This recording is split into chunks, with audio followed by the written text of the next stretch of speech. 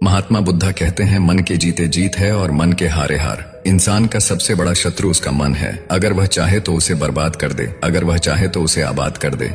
नमस्कार दोस्तों, स्वागत है आपका हमारे इस YouTube चैनल में। आज की कहानी में हम जानेंगे कि मन में उठ रहे गंदे विचारों को कैसे खत्म करें। दोस्तों, हमारे मन में गंदे विचार क्यों आते हैं? हम नहीं चाहते, लेकिन फिर भी हमारे मन में गंदे विचार आते रहते हैं।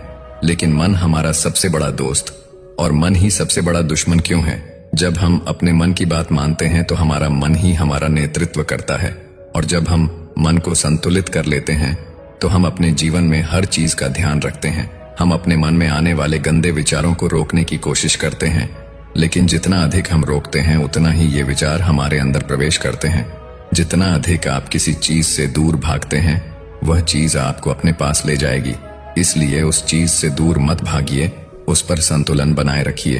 एक बार एक व्यक्ति गौतम बुद्ध के पास आया और गौतम बुद्ध से बोला कि हे बुद्ध, मेरे मन में इतने गंदे विचार क्यों आते हैं? मैं नहीं चाहता कि मेरे मन में गंदे विचार आएं, पर मेरे मन में हमेशा काम वासना के विचार चलते रहते हैं और मैं इनके बारे में सोच सोच कर बहुत परेशान रहता हूँ। मेरी ऊर्जा और समय यह सब सोचने में ही नष्ट हो जाता है, और इन सब के विचारों की वजह से मैं कभी भी शांत नहीं रह पाता हूँ और मैं हमेशा ही स्त्रियों को देखकर मोहित हो जाता हूँ। अपने आप को रोक ही नहीं पाता हूँ। बुद्ध मुस्कुराए और उन्होंने उस व्यक्ति से पूछा, क्या तुम्हें पता है यह काम वासना होती क्या है? फिर उस व्यक्ति ने उत्तर दिया और कहा, बुद्ध, मैं यह तो नहीं जानता कि काम वासना होती क्या है, पर हाँ, ये जो भी है बहुत बुरी चीज है। फिर बुद्ध ने उस व्यक्ति से कहा कि सबसे पहले तो तुम्हें यह समझना है कि प्राकृतिक रूप से जो भी चीज हमारे अंदर है वह बुरी नहीं है। हमारे जीवन में उसकी कुछ ना कुछ जरूरत है। वासना कोई बुरी बात नहीं है। यह तो हमारे मन की एक भावना है जो हमें किसी न किसी चीज की कमी का एहसास करवाती है, और फिर हम उस चीज को पाने के लिए उस चीज की तरफ आकर्षित हो जाते हैं। जैसे अगर तुम्हारे पास धन की कमी है तो तुम्हें धन पाने की वासना उत्पन्न हो जाएगी। तो वासना कुछ और नहीं, बस एक प्रकार की कमी है जो कि एक प्रकार की जरूरत का एहसास है, और जब ये जरूरत शारीरिक हो तो हम इसे काम वासना कह देते हैं। उस व्यक्ति ने गौतम बुद्ध को कहा कि बुद्ध, मुझे काम वासना का मतलब तो समझ में आ गया, पर आप मुझे ये बताइए कि यह आती कहां से है और कैसे आती है? गौतम बुद्ध ने कहा कि काम वासना कहीं से आती नहीं है, ये तो हमारे अंदर ही होती है, और इसका होना तो जरूरी भी है, तभी तो मानव जाति का विस्तार होगा। उस व्यक्ति ने कहा, जब यह हमारे अंदर ही है और जरूरी भी है तो फिर लोग इसे गलत क्यों बोलते हैं? बुद्ध ने कहा कि यही तो समस्या है। लोगों ने काम वासना को गलत तरीके से सोच लिया है, इसे छिपाने की और दबाने की कोशिश करते हैं।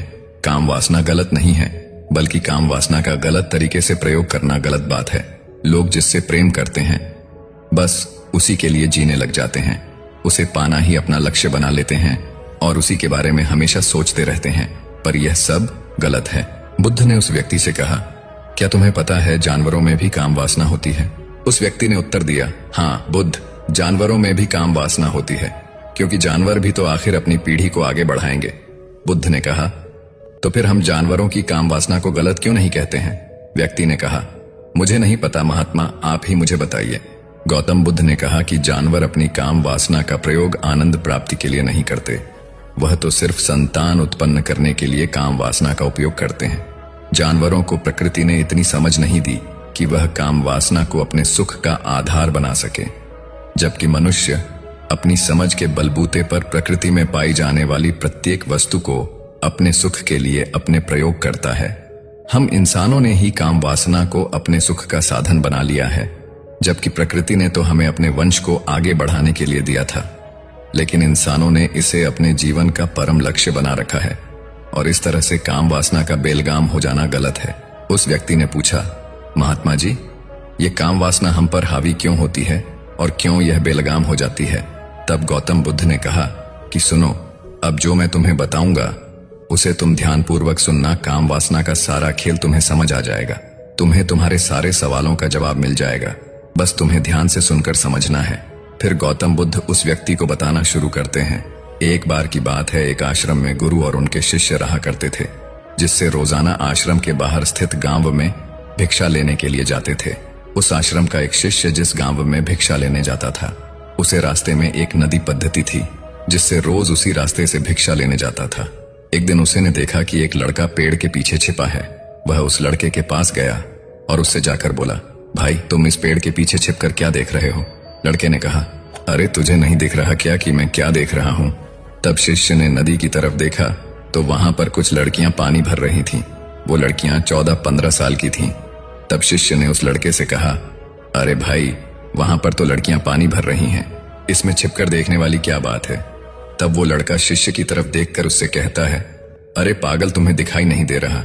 यह परी कैसे नदी से पानी ला रही है? जरा उनकी अदाओं को तो देखो, उनके कोमल शरीर को देखो, उनकी पतली कमर मटके को उठाते समय बल खाती है और उनके बाल उनकी कमर पर कैसे लहरा रहे हैं, मानो सुंदरता बिखरी पड़ी हो। उसने फिर से नदी के किनारे देखा और इस बार वह नदी के किनारे देखता रहा।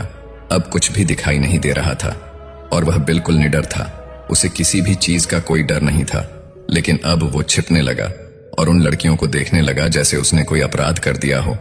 और जब वो छिपकर उन लड़कियों को देख रहा था तभी वो अचानक अंदर से कौंप गया और उसने कहा कि ये मैं क्या कर रहा हूं? मैं जो कर रहा हूं वो सही नहीं है, मुझे यहां से चले जाना चाहिए। और फिर वह जल्दी से वहां से चला गया। वो आश्रम पहुंच जाता है। आश्रम जाकर वो अपने कार्यों में लग गया। लेकिन जो अभी वह देख कर आया था वही उसकी आंखों के सामने बार बार आ रहा था। उसके मन में वही दृश्य चल रहा था। उसका दिमाग सब कुछ देखने के लिए संघर्ष कर रहा था। उसका किसी भी काम में मन नहीं लग रहा था। सुबह होते ही वह रोज जल्दी ही भिक्षा के लिए आश्रम से निकल जाता था और उस नदी के पास वाले पेड़ के पास जाता था जहां पर वह लड़का पहले से मौजूद रहता था। उसके साथ मिलकर लड़कियों को छुप छुप कर देखता था। अब वह ऐसा रोज करने लग गया। यह उसके रोज का काम हो गया। अब उस शिष्य का मन किसी भी काम में नहीं लगता था। वो हमेशा ही किसी न किसी प्रकार के विचार में उलझा रहता था। वो आश्रम के कार्यों को भी ठीक ढंग से नहीं कर पा रहा था। न वो ठीक से सो पाता था, न वो ठीक से खाना खा पाता था। उसका मन बेचैन सा रहता था। उसका मन बार बार उन लड़कियों की खूबसूरती देखने को मचलता था। जब गुरु भिक्षा दे रहे थे तब भी उनका मन किन्हीं अन्य विचारों में खोया हुआ था। गुरु ने अपने शिष्य की इन हरकतों को समझ लिया था। फिर एक दिन गुरु ने शिष्य को अपने पास बुलाया और कहा कि आज से मैं भी तुम्हारे साथ भिक्षा मांगने चलूंगा। आप और मैं एक साथ भिक्षा मांगने जाएंगे। तभी शिष्य गुरु को मना करते हुए बोला, नहीं गुरुदेव, आप परेशान क्यों हो रहे हो? मैं अकेला ही ठीक से भिक्षा मांग सकता हूं। गुरु ने शिष्य से कहा कि ठीक है, तुम अकेले ही भिक्षा मांगने जाओ। जिससे वह तुरंत भिक्षा मांगने निकल पड़ा। सभी लोग उसे देखने के लिए उसके पीछे पीछे चलने लगे। थोड़ी दूर जाने पर गुरु ने देखा कि उनका शिष्य एक अपराधी की तरह एक लड़के के साथ पेड़ के पीछे छिपा हुआ है और छिपकर कुछ देख रहा है। गुरु भी अपने शिष्य के पीछे जाकर खड़े हो गए। उसका शिष्य क्या देख रहा है जिसे देखने के लिए वह एक अपराधी की तरह पेड़ के पीछे छिपा हुआ है? गुरु ने देखा कि उसका शिष्य पेड़ के पीछे छिपकर नदी से पानी ले रही लड़कियों को देख रहा है। तब गुरु ने शिष्य से कहा, क्या देख रहे हो? अपने गुरु की आवाज सुनकर वह डर गया और उसके पसीने छूटने लगे। वह ऐसे कांपने लगा जैसे उसने किसी चोर को चोरी करते समय पकड़ लिया हो। उसकी हालत खराब हो गई। वो कुछ भी नहीं बोल पा रहा था। दूसरा जो शिष्य के साथ था वो वहां से भाग गया। उसके मुंह से कुछ टूटे फूटे शब्द ही बाहर निकल रहे थे। वो अपने गुरु से नजर भी नहीं मिला पा रहा था। गुरु ने शिष्य की तरफ देखा और कहा कि मेरा शिष्य तो निर्भय था, उसे तो किसी भी चीज का डर नहीं था, लेकिन ये क्या, तुम तो भय के मारे कांप रहे हो। शिष्य ने गुरु से कहा कि मुझे माफ कर दो गुरुदेव, मेरा इसमें कोई दोष नहीं है। उस लड़के ने मुझे बहका दिया था, लेकिन आपसे मैं वादा करता हूं कि आज के बाद मैं ऐसा कभी दोबारा नहीं करूंगा। मुझे माफ कर दो गुरुदेव। गुरु ने शिष्य से कहा कि कोई बात नहीं, पर इस बात का तुम ध्यान रखना कि हम जैसी संगति करते हैं वैसा ही फल हमें प्राप्त होता है। हम जैसी संगति करते हैं उसके विचार हमारे अंदर प्रवेश करते हैं। इसीलिए अच्छी संगति करो जिससे तुम्हारे अंदर अच्छे विचारों का प्रवेश हो। फिर गुरु और शिष्य आश्रम लौट आए और फिर से शिष्य आश्रम के कार्यों पर ध्यान देने लगा। उसने उस रास्ते को छोड़ दिया और दूसरे रास्ते से जाने लगा। वो अपने काम को ध्यान से करने लगा, लेकिन धीरे धीरे उसके अंदर क्रोध उत्पन्न हो गया और फिर वो दूसरे शिष्यों पर क्रोध करने लगा और बेचैन रहने लग गया। अब वो सही समय पर भोजन भी नहीं करता था। वो भोजन भी बहुत कम खाता था। एक रात गुरु शिष्य के पास आए और उससे बोले कि अब तक तुमने कितनी बार अपना वादा तोड़ दिया। यह सुनकर शिष्य अपने गुरु के चरणों में गिर गया और रोने लगा। रोते रोते ही उसने गुरु से कहा कि गुरुदेव, मैं कई बार अपना वादा तोड़ चुका हूं। फिर मैं वादा करता हूं, लेकिन हर बार जब मैं वादा तोड़ देता हूं तो मेरा मन मेरे वश में नहीं रहता। मैं बहुत कोशिश करता हूं कि अपने मन से सारे बुरे विचार निकाल दूं, लेकिन चाहकर भी मैं ऐसा नहीं कर पाता। फिर गुरु ने शिष्य को कहा कि चलो मेरे साथ।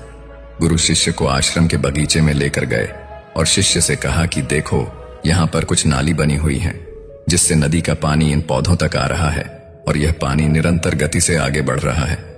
क्या तुम इस पानी के बहाव को रोक सकते हो? शिष्य ने कहा कि हाँ गुरुदेव, मैं इस बहाव को रोक सकता हूं। फिर शिष्य ने मिट्टी उठाकर उस नाली में रख दी तो पानी थोड़ी देर के लिए रुक गया और फिर थोड़ी देर बाद उस मिट्टी के ऊपर से पानी बहने लगा। गुरु ने शिष्य से कहा, अरे ये क्या, ये तो पानी रुका ही नहीं। फिर से शिष्य ने कुछ कंकर पत्थर उठाकर उस नाली में रख दिए और फिर थोड़ी देर के लिए पानी रुक गया, लेकिन फिर थोड़ी देर बाद ही उन कंकड़ पत्थर के ऊपर से पानी निकल आया। फिर गुरु ने कहा कि शिष्य, यह क्या हुआ? पानी तो फिर से बहने लग गया। तुम तो बोल रहे थे कि तुम इसे रोक दोगे। क्या हम किसी काम को रोकना चाहे तो क्या हम उसे रोक नहीं सकते हैं? तब शिष्य ने कहा, कोई बात नहीं गुरुदेव, मैं इस पानी को तो आपको रोक के दिखाऊंगा। शिष्य फिर से एक बड़ा सा पत्थर लेकर आया और उस नाली पर रख दिया और पानी रुक गया। तब गुरु से कहा कि देखा गुरुदेव, मैंने कहा था ना कि पानी को मैं रोक दूंगा। मैंने पानी को रोक दिखाया। आपकी बात मैंने पूरी कर दी। गुरु मुस्कुराए और बोले, अच्छा जरा ध्यान से देखो, पानी रुक गया क्या? वो तो पीछे की नाली तोड़कर बाहर निकल गया और अगल बगल से बह रहा है। और ध्यान से देखो, इस पत्थर के आगे भी आ गया और ये पानी अपना रास्ता बदलकर फिर से आगे की तरफ जाएगा। और फिर थोड़ी देर बाद ऐसा ही हुआ। फिर गुरु ने शिष्य को समझाया कि तुम्हारे साथ भी तो ऐसा ही चल रहा है। तुम बार बार प्रयास कर रहे हो, बड़े से बड़ा प्रयास कर रहे हो, पर हर बार तुम्हारा प्रयास टूट रहा है और यह हमेशा टूटता ही रहेगा। तुम कितना भी बड़ा पत्थर रख लो, लेकिन पानी तो अपना रास्ता बना ही लेगा। यह सब देखकर शिष्य ने गुरु से कहा कि ही गुरुदेव, क्या कोई तरीका नहीं है जिससे मैं गंदे विचारों से बाहर निकल सकूं और यह मेरे मन में आए ही ना? गुरु शिष्य को एक नदी के पास ले गए जहां से उस बगीचे में पानी जा रहा था। गुरु ने शिष्य से कहा, वो पानी इसी नदी से जा रहा है। अगर हम यहीं से उस रास्ते को बंद कर दें जहां से पानी बगीचे में जा रहा है, तब क्या हम पानी को रोक नहीं सकते? शिष्य ने कहा कि हाँ गुरुदेव, अवश्य ऐसा हो सकता है। मैं इस पानी को यहीं से बंद कर देता हूं, तब आगे की नाली में पानी जाएगा ही नहीं और फिर बगीचे में पानी जाएगा ही नहीं। फिर शिष्य नदी से जाने वाले रास्ते को बहुत मेहनत करके पत्थर और मिट्टी डालकर बंद कर दिया और गुरु से कहा कि गुरुदेव, मैंने पानी को बंद कर दिया है, अब यह पानी बगीचे में जाएगा ही नहीं। तब गुरु ने कहा, शिष्य, अगर पानी बगीचे में नहीं जाएगा तो पेड़ पौधों को पानी कहां से मिलेगा? उन पेड़ पौधों को तो पानी की आवश्यकता है और उन पेड़ पौधों में कुछ पेड़ पौधे तो ऐसे हैं जिनको रोज पानी की आवश्यकता है। वह तो मुरझाकर सूख ही जाएंगे, उनका क्या होगा? पानी तो हमें खोलना ही होगा। शिष्य ने गुरु की बात सुनकर वापस नदी से जाने वाले पानी का रास्ता खोल दिया। तब गुरु ने शिष्य से पूछा, शिष्य, अगर हम इस नदी के पूरे पानी को बगीचे की तरफ मोड़ दें तो क्या होगा? तब शिष्य ने जवाब दिया कि गुरुदेव, वहां पर जितने भी पेड़ पौधे हैं वो गलकर नष्ट हो जाएंगे, वहां पर कुछ नहीं बचेगा। फिर गुरु मुस्कुराए और बोले, तुम इस बात को समझो कि हमें किसी भी चीज को रोकना नहीं है, बस हमें हमेशा संतुलन बनाए रखना है। कम पानी से भी पौधे नष्ट होते हैं और ज्यादा पानी से भी पौधे नष्ट होते हैं। हमारा जीवन संतुलन से ही चलता है। गुरु ने शिष्य से कहा कि अगर मैं तुम्हें कुछ कहूं कि तुम आम के बारे में मत सोचो, तो तुम्हारे मन में सबसे पहले किसका चित्र आएगा? शिष्य ने कहा कि गुरुदेव, मेरे मन में तो पहला चित्र आम का ही आएगा। गुरु ने कहा कि जब हम गंदे विचारों को जबरदस्ती रोकने का प्रयास करते हैं तो वह और मजबूती के साथ हमारे अंदर प्रवेश करते हैं, हमारे अंदर उठते हैं, इसलिए हमें उन्हें कभी भी दबाने की कोशिश नहीं करनी चाहिए। तब गुरु शिष्य के पास गए और बोले कि बुरे लोगों की संगति के कारण भी हमारे अंदर गंदे विचार आते हैं। कभी कभी ऐसा होता है कि हमारे अंदर कामुकता नहीं होती, लेकिन कुछ अश्लील लोगों के साथ रहने के कारण वह हम पर हावी हो जाती है। तब शिष्य ने कहा कि गुरुदेव, आप सही कह रहे हैं, मैं अपने लक्ष्य से भटक गया था। तब वह शिष्य रात को बहुत शांति से सोया, सुबह पूरे मन से अपना काम किया और फिर सुबह वही भिक्षा लेने चला गया जहां वह लड़का आज भी पेड़ के पीछे छुपकर उन लड़कियों को देख रहा था। वो शिष्य नदी पर गया जहां वह लड़कियां पानी भर रही थीं। उसने उन लड़कियों से पानी मांगा। उन लड़कियों में से एक लड़की ने उसे पानी पिलाया और उस सन्यासी शिष्य के चरण छुए। शिष्य ने उसे आशीर्वाद दिया कि तुम्हारा कल्याण हो। शिष्य का मन सकारात्मक ऊर्जा से भर गया। उसके चेहरे पर मुस्कान आ गई थी, जैसे उसे कोई खोई हुई चीज वापस मिल गई हो। वह अपने रास्ते पर वापस जाने लगा। तभी पीछे से वह लड़का आया जो पेड़ के पीछे छिपा था। वह शिष्य के पास आया और बोला कि क्या बात है, आज तो तुमने करीब से देखा है, आप तो मुझसे आगे निकल गए। तब शिष्य ने कहा कि हम हमेशा दूसरे के दर्शन करने में ही व्यस्त रहते हैं, अपने दर्शन कर ही नहीं पाते। तुम कब तक इस पेड़ के पीछे छुपते रहोगे? किसी को पसंद कर लो, उससे बोल दो। अगर वो भी तुम्हें पसंद करती है तो शादी कर लो, और उससे पहले तुम कुछ बन जाओ। अपने आप को पहचान लो। ऐसे अपना समय बर्बाद मत करो। फिर वह लड़का रोज उस शिष्य से मिलने लगा और उस लड़के ने नदी पर जाना छोड़ दिया। और फिर वो लड़का अपने जीवन में कुछ बनने के लिए संघर्ष करने लगा। तो तुमने देखा संगति का असर क्या होता है। अपनी संगति बदलो, अपने विचार बदलो। बुद्ध ने उस व्यक्ति से पूछा कि क्या तुम्हें तुम्हारे सारे सवालों का जवाब मिल गया? तब उस व्यक्ति ने कहा कि हाँ महात्मा जी, आपका बहुत बहुत धन्यवाद। तब गौतम बुद्ध ने उस व्यक्ति से कहा कि जब तुम्हारे मन में गंदे विचार आए तब आप अपने आप को दोषी मत मानो। यह शरीर है और यह सब हजारों वर्षों से सिखाया गया है। ये केवल तुम्हारे सोच लेने से, शपथ लेने से ये टूटने वाला नहीं है। लेकिन तुम्हारे पास वो शक्ति है, वो ऊर्जा है जिसका तुम्हें संतुलन उपयोग करना है। तुम एक जीवित ऊर्जा हो जो कुछ भी अनुभव करने के लिए स्वतंत्र है, जो निर्माण करने के लिए स्वतंत्र है। इसलिए तुम अपने आप को पहचानो। यह बोलकर गौतम बुद्ध मौन हो गए और वो व्यक्ति वहां से चला गया।